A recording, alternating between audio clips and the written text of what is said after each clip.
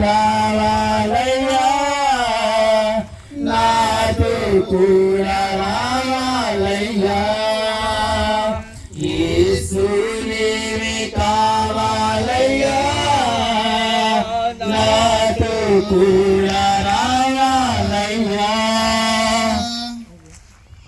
కలుగును రక్షకుడైన యేసుక్రీస్తు ఘనుడైన ఘననాం బట్టి ప్రాంత ప్రజలకు మరొకసారి శుభాభివందనాలు తెలియజేసుకున్నా.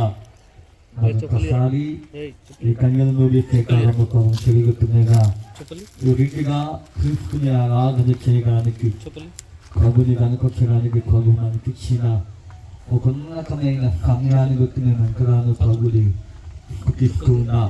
ఈ లోకానికి ప్రభువైన యేసుక్రీస్తు వారు మానవాన్ని రక్షణ కొరకై మానవాన్ని రక్షించడానికై నిన్ను నన్ను ఆయన కన్నుగులో ఒక కన్నులుగా చేయడానికే కన్ను తాను వ్యక్తులుగా ఈ లోకానికి వచ్చాడు. 2025 సంవత్సరాల క్రితమే మన కొరకై మన పాపుల కొరకై మన హీనని శకమైన స్థితుల కొరకై మనము నశించిపోక ప్రభుకి ఇస్తున్న కాక మనల్ని రక్షించడానికి మనల్ని పరలోక రాజ్యానికి ఇచ్చడానికి ఈ లోకానికి ప్రభు వచ్చారు. వచ్చిన ప్రభు అయిన యేసుక్రీస్తు వారు 3.5 సంవత్సరాలు దేవుని సువార్త ఈ భూమి మీద ఈ విషయంలో పట్టణాలు ఆ ప్రాంతాలు దేవుని సువార్త అందించారు.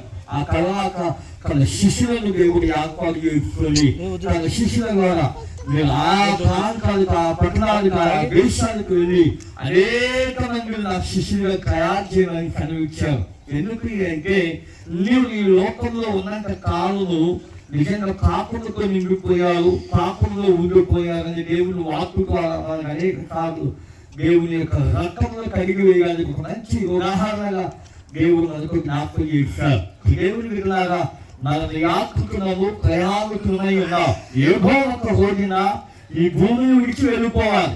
యేసుక్రీస్తు వారి కొరకు 3.5 సంవత్సరాల తర్వాత మనము ఆయన సిలువ వేస్తాం.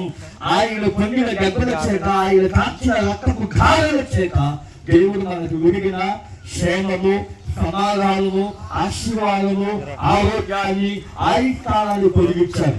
దేవుడు వాక్యము చదివిస్తా ఉన్నది ఈ భూమిలో ఉన్నంత కాలము మీరు ఇల్లు పెట్టుకున్నారు, వ్యాపారానికి వెళ్తారు, అన్ని సంపాదించుకున్నారు. మీరు ఈ లోకానికి మాత్రమే పవిత్రులు కానీ పరలోకపు రాజ్యానికి వారసులుగా కావాలన్నదే దేవుని ఉద్దేశం.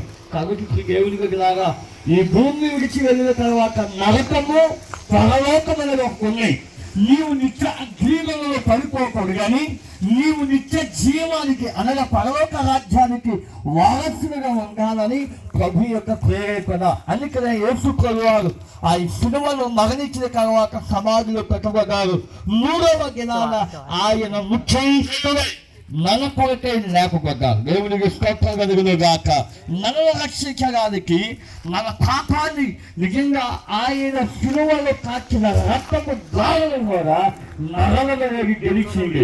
నిజంగా దేవుని వాక్యం చదివిస్తా ఉంది. దేవుని లాగా నరము ఓడిపోయింది, తర్వాత మరణాన్ని నన్ను గెలిచారు. ఈ శరీరము మట్టిని వచ్చే కాబట్టి మట్టిలో గెలిచిపోద్ది.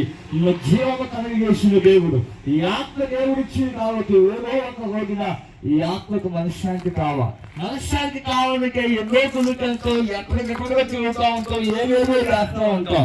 ఎక్కడికి వెళ్ళినా మనకు సంతోషం కలగదు, ఎక్కడికి వెళ్ళినా మనకు ఆనందం కలగదు, ఎక్కడికి వెళ్ళినా మన జీవితంలో నమ్మకం కలగదు. కానీ యేసయ్య దగ్గరికి వస్తే నీకు నమ్మకం కలుగుతుంది, యేసయ్య దగ్గరికి వస్తే నీకు శాంతి కలుగుతుంది, యేసయ్య దగ్గరికి వస్తే నీకు నిత్య జీవం కలిగేస్తారు. కాబట్టి దేవుడు వెళ్ళాలా ఎవరే కాలం నీకు నిత్య జీవం కలగా చేయాలన్నదే నా ఆశ, నా తాపత్రయ.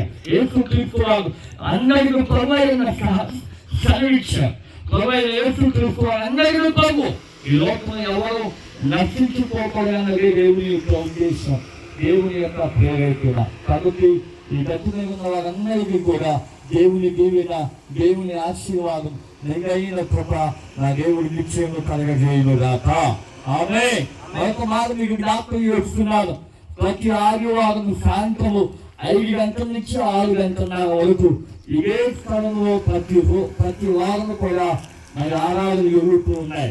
మీరు ఏ మందిరానికి వెళ్ళకపోతే, మీరు ఏ ప్రాంతానికి వెళ్ళకపోతే దేవుడు నీ కొరకు ఏర్పరిచిన ఈ మందిరానికి రావాలని కొడుకు మీ అందరికీ తెలియజేస్తున్నాను. రండి, నిత్య జీవానికి వారసులుగా రండి, దైవ దేవుడు కొనుక్కున్నావు రండి, పాపం నుండి విడుదల చేస్తాడు దేవుడు అని మీరు విశ్వాసానికి దేవుడి దగ్గరికి వస్తే నీ యాగైనా, నీ బాధనైనా, నీ కష్టాలైనా, నీ నష్టాలైనా, నీ సమస్యలు ఏదైనా నా దేవుడికి అసాధ్యము కానీ ఏది లేదు, సమస్యలు సాధ్యమే.